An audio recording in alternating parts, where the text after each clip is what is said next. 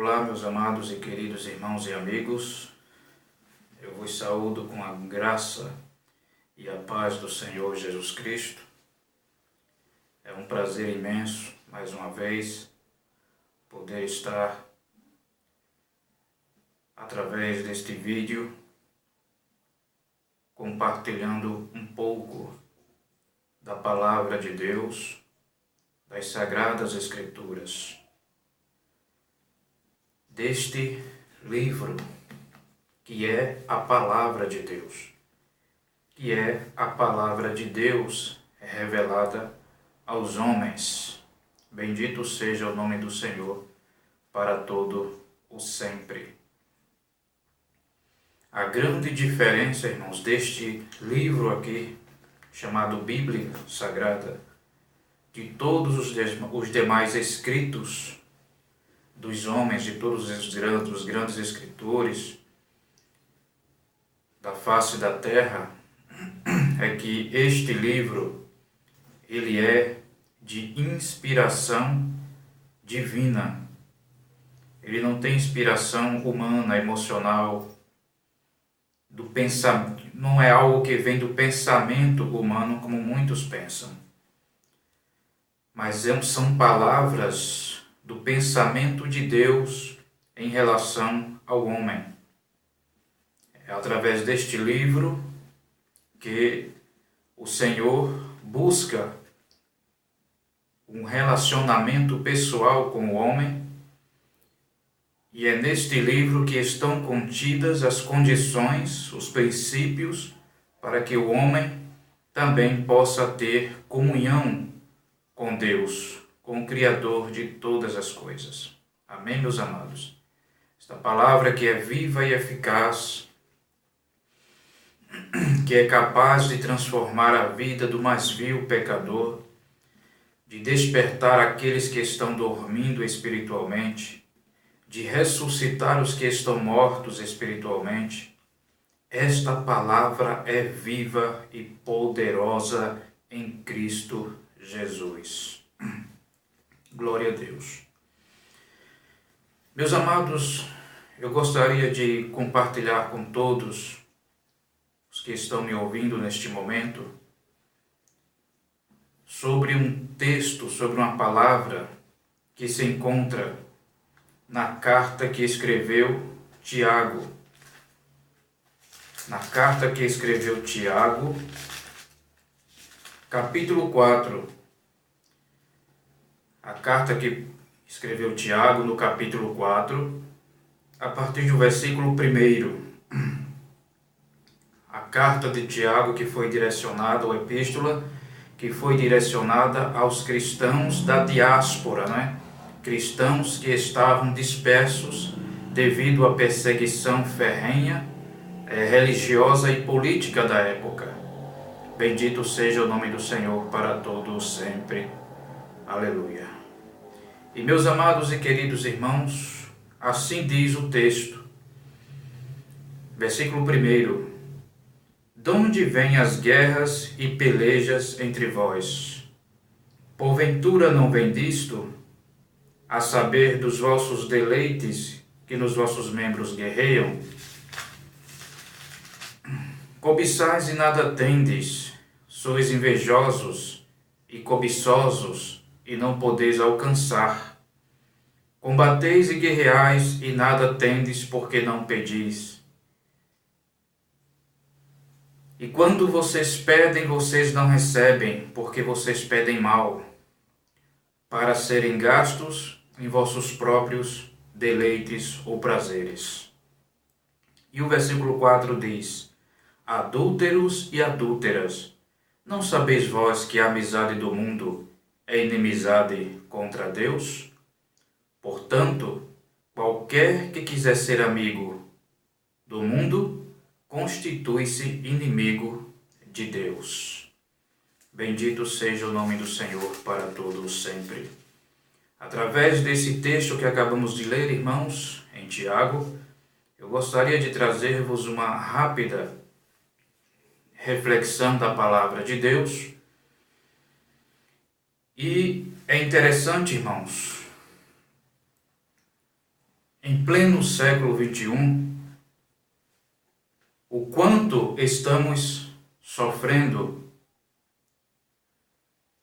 com aquilo que chamamos de busca pelo poder, pelo reconhecimento, pela fama, pelo destaque, pelas posições eclesiásticas, enfim, essa busca desenfreada que nós estamos vendo em nossos tempos e no contexto evangélico, muitas vezes brigas, dissensões entre religiões, entre denominações.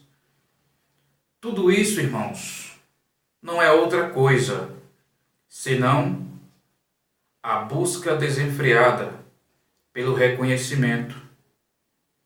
Só que é uma busca, é um caminho errado, é um caminho que não convém ao cristão, é um caminho que não convém à Igreja de Cristo. Por quê? Porque este caminho, ele nos leva a um estado de orgulho, de soberba, de arrogância, de prepotência. E quando essa busca por reconhecimento, por fama, causa problemas, dissensões, facções no meio das igrejas, isso não é bom para ninguém, muito menos para o crescimento do reino de Deus. Isso só causa divisão, dissensões, grupinhos, politicagem. E são coisas que não agradam a Deus. O escritor de Provérbios disse que há 6 coisas que Deus aborrece, e a 7ª a sua alma abomina. E a 7ª que ele abomina é aquele que semeia contenda entre os irmãos. Aqueles que, pelas suas atitudes, pelo que dizem, pelo que andam falando, pelo que andam fazendo no meio da igreja, acabam por causar confusões, contendas, brigas, intrigas no meio das igrejas. E, meus amados irmãos, isso é uma característica nata, é uma característica que está intrínseca naquele que era reconhecido no céu como Lúcifer. Nós vamos ler no capítulo 28 de Ezequiel, do profeta Ezequiel, a partir do versículo 11, se não me falha a memória, nós vamos ver uma profecia contra o rei de Tiro. Um rei que, devido a todo o seu esplendor, toda a sua glória, tudo aquilo que ele conquistou, tudo aquilo que ele passou a ser, o seu domínio, ele passa agora a querer estar em um patamar na condição de ser adorado, de ser glorificado, de ser um Deus. E ali, meus amados irmãos, em Ezequiel capítulo 28, a partir do versículo 11, os grandes estudiosos dizem que este rei é uma figura, um tipo, é uma tipologia de Lúcifer, quando se rebelou, quando determinou em seu coração ser igual a Deus, lá no Éden. Observe, meus amados irmãos, que a criatura jamais será, nunca será maior do que o seu Criador. Observe que o barro nunca será maior do que o oleiro. Observe que todo aquele que está debaixo de uma autoridade, debaixo de uma hierarquia, quando ele passa a querer suplantar essa hierarquia ou ir contra ela, se rebelar contra ela, ele sofre as consequências desse erro, dessa atitude. Observe também que no nosso país não existe não existe ninguém, nem nada maior do que a Carta Magna do país, que é a nossa Constituição. A Constituição é maior do que tudo e todos no país. É maior do que o presidente, é maior do que os seus ministros, é maior do que o sistema judiciário, é maior do que os ministros do Superior Tribunal de Justiça, do Supremo Tribunal Federal, que são os guardiões da Constituição. Ou seja, ninguém é maior do que a Constituição. E quando alguém quebra os princípios da Constituição, ele sofre as consequências por causa disso. E ele acaba sofrendo essas consequências devido a achar em seu modo de pensar, de agir, que é maior do que aquilo que de fato e de verdade é maior do que ele. Mas a arrogância, a prepotência, o orgulho acaba iludindo o seu coração, enchendo o seu coração de iniquidade, e ele acaba por prevaricar e sofrer as consequências por causa disso. Observemos, meus amados irmãos, podemos observar que este ser, Lúcifer, passou a achar em seu coração que poderia ser igual a Deus, semelhante a Deus, devido a tudo aquilo que ele era e representava na eternidade. O texto vai nos dizer que ele era o aferidor de medida, ou seja, era a medida perfeita para ser criada todos os outros seres angelicais. Ele era perfeito em formosura, não havia criatura nenhuma mais bela do que ele no céu, na eternidade. Ele era coberto das mais pedras preciosas, de pedras preciosas. O texto vai dizer carbúnculo, diamante, topázio, safira e tantas outras pedras, simbolizando a sua beleza, o seu resplendor. Ele andava entre as pedras afogueadas. Aonde aquele ser chegava, um resplendor o acompanhava, uma glória extraordinária o acompanhava. Ele era admirado, a sua sabedoria era admirada por todos os seres angelicais. Ele era o guardião da presença de Deus, da glória de Deus, pois ele foi estabelecido para proteger. Ele foi um querubim ungido. Quem é ungido tem um diferencial. Quem é ungido tem uma posição de destaque. Quem é ungido por Deus tem Deus como sua referência e tem Deus como sua proteção. Tem o aval de Deus. Na eternidade, somente Deus era maior do que este ser. Mas na trajetória da sua história, da sua vida na eternidade, devido todo o seu resplendor, tudo aquilo que ele representava, toda a sua majestade, a sua pujança, ele passa agora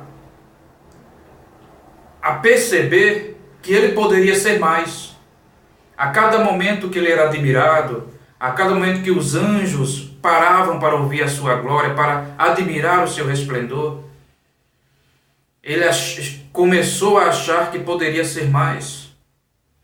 O texto vai nos dizer que o coração dele se encheu de iniquidade.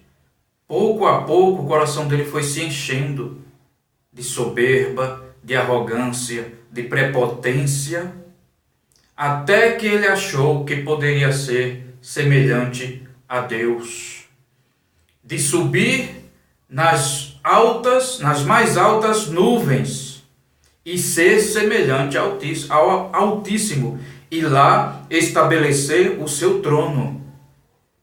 Ou seja, ele queria, meus amados irmãos, disputar diretamente com Deus. Que ousadia de um ser que, por alguns momentos, se esqueceu que era apenas uma criatura. e Deus era o Criador. E a história os irmãos sabem, por causa da sua arrogância, do coração que se encheu de orgulho, de vaidades, de prepotência, de achar que tinha todo o poder e que ninguém estava acima dele, a Bíblia diz que ele caiu do céu. Capítulo 12 de Isaías vai mostrar uma ilustração exatamente sobre isso, da queda deste ser. Quando ele corrompeu o seu coração, quando ele colocou no seu coração ser maior do que Deus, estabelecer o trono de Deus no monte santo do Senhor, onde o Senhor habitava, e ele caiu. Está lá escrito: como caíste do céu, ó estrela da manhã, como caíste do céu, tu que debilitavas as nações. Era um ser que apresentava, irmãos, um esplendor, uma glória que assustava, que assombrava toda a eternidade. Mas por causa do seu orgulho, da sua arrogância, do orgulho do poder, a Bíblia diz que ele caiu do céu. Foi banido do céu, foi banido da eternidade divina e nunca mais ele voltará ao seu estado de glória. Apocalipse vai dizer que está reservado para ele e os seus anjos que também caíram um lago de fogo e enxofre, onde ele sofrerá eternamente para todo sempre. Este é o preço da arrogância, da prepotência, da soberba, do orgulho do poder, de achar que pode tudo e que ninguém pode nada. Tem pessoas que são assim, irmãos. Tem pessoas que são iludidas por essa mesma sutileza deste ser, deste mal que foi criado dentro do coração dele, e é iludida, é tomada por este espírito de orgulho, de soberba, de vaidade, porque possui algum poder, possui alguma posse, porque possui um lugar de destaque, porque cresceu no ministério, porque tem uma boa dicção, porque tem uma boa palavra, porque tem curso de teologia, porque tem anel de bacharelado, porque tem isso, porque tem aquilo.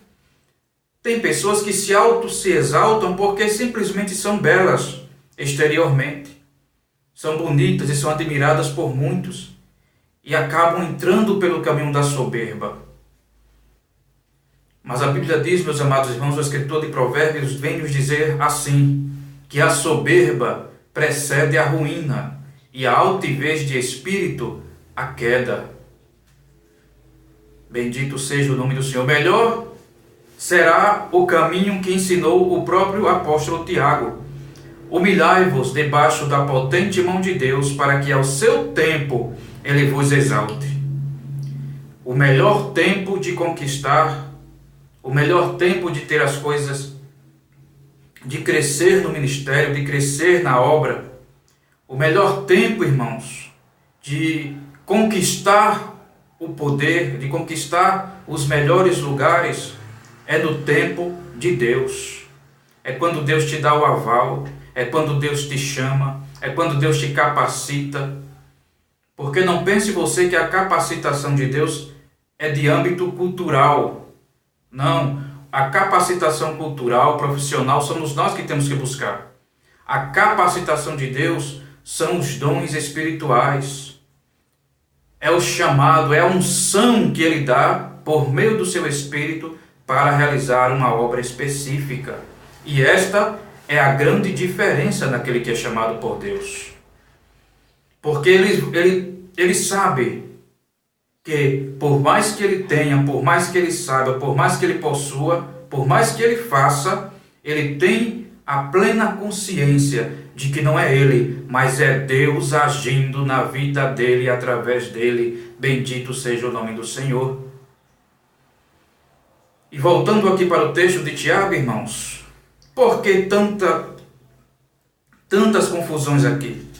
Por que, dentre outros problemas, por que exatamente este problema estava acontecendo aqui? Esse problema também aconteceu na igreja de Corinto, o partidarismo, os grupinhos. por causa da arrogância, por causa do orgulho, por causa da vaidade. E ele vem dizer aqui: cobiçais, vocês querem, mas não conseguem nada. Por quê? Porque a intenção é diferente da de Deus, não agrada a Deus.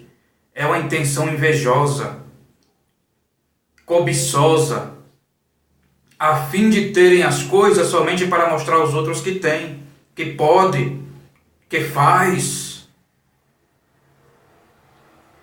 Combateis e guerreais e nada tendes. Veja, irmãos, os irmãos estavam combatendo e guerreando na busca desenfreada pelo poder, pelo reconhecimento, pela glória, pelo destaque, pela fama, mas não conseguiam nada, porque não sabiam pedir. Estavam pedindo coisas para suprir as suas próprias vaidades, o seu próprio orgulho, a sua própria soberba. E isto é um sentimento mundano. Foi por isso que ele disse aqui, no capítulo, versículo 4, adúlteros e adúlteras, não sabeis vós que a amizade do mundo é inimizade contra Deus? Portanto, qualquer que quiser ser amigo do mundo, constitui-se inimigo de Deus. Por que adúlteros e adúlteras? Porque eles estavam trocando os sentimentos mundanos pela humildade e a presença de Deus. Estavam fora da vontade de Deus e estavam se parecendo com o mundo por causa desses sentimentos, dessas atitudes orgulhosas, soberbas e prepotentes de seus corações, de querer ter, de querer alcançar a fama, o poder a qualquer custo, independentemente dos meios. E Deus não se agrada disso. A Bíblia diz, irmãos, que Deus resiste aos soberbos, mas dá graça aos humildes. Humilhai-vos debaixo da potente mão de Deus, para que ao seu tempo ele vos exalte. Jesus disse que os exaltados serão humilhados, mas os humilhados serão exaltados. Que possamos ter, irmãos, não esse espírito faccioso, não esse espírito de orgulho, de vaidade, de soberba, porque aí estaremos nos parecendo com Lúcifer, com o diabo. Quem anda por este caminho é do diabo, ou está sendo influenciado por ele. Mas quem anda pelo caminho da humildade, quem sabe esperar na vontade do Senhor, quem reconhece Deus em todos os seus caminhos e em tudo que tem, este, meus amados e queridos irmãos,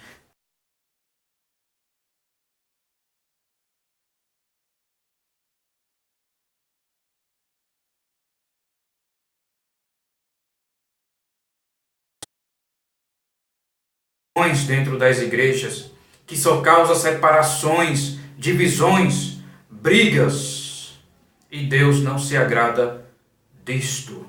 Que possamos ser humildes e esperar no tempo e na oportunidade em que Deus nos proporcionará aquilo que alcançamos e almejamos. Lembre-se, se você quer pedir, vai pedir alguma coisa a Deus, peça, mas peça com humildade. Peça sempre pensando não somente em você, mas pensando também no próximo. Porque aí Deus se agrada e Deus vai fazer, porque Ele é fiel para cumprir as suas palavras. Deus abençoe a todos em nome de Jesus.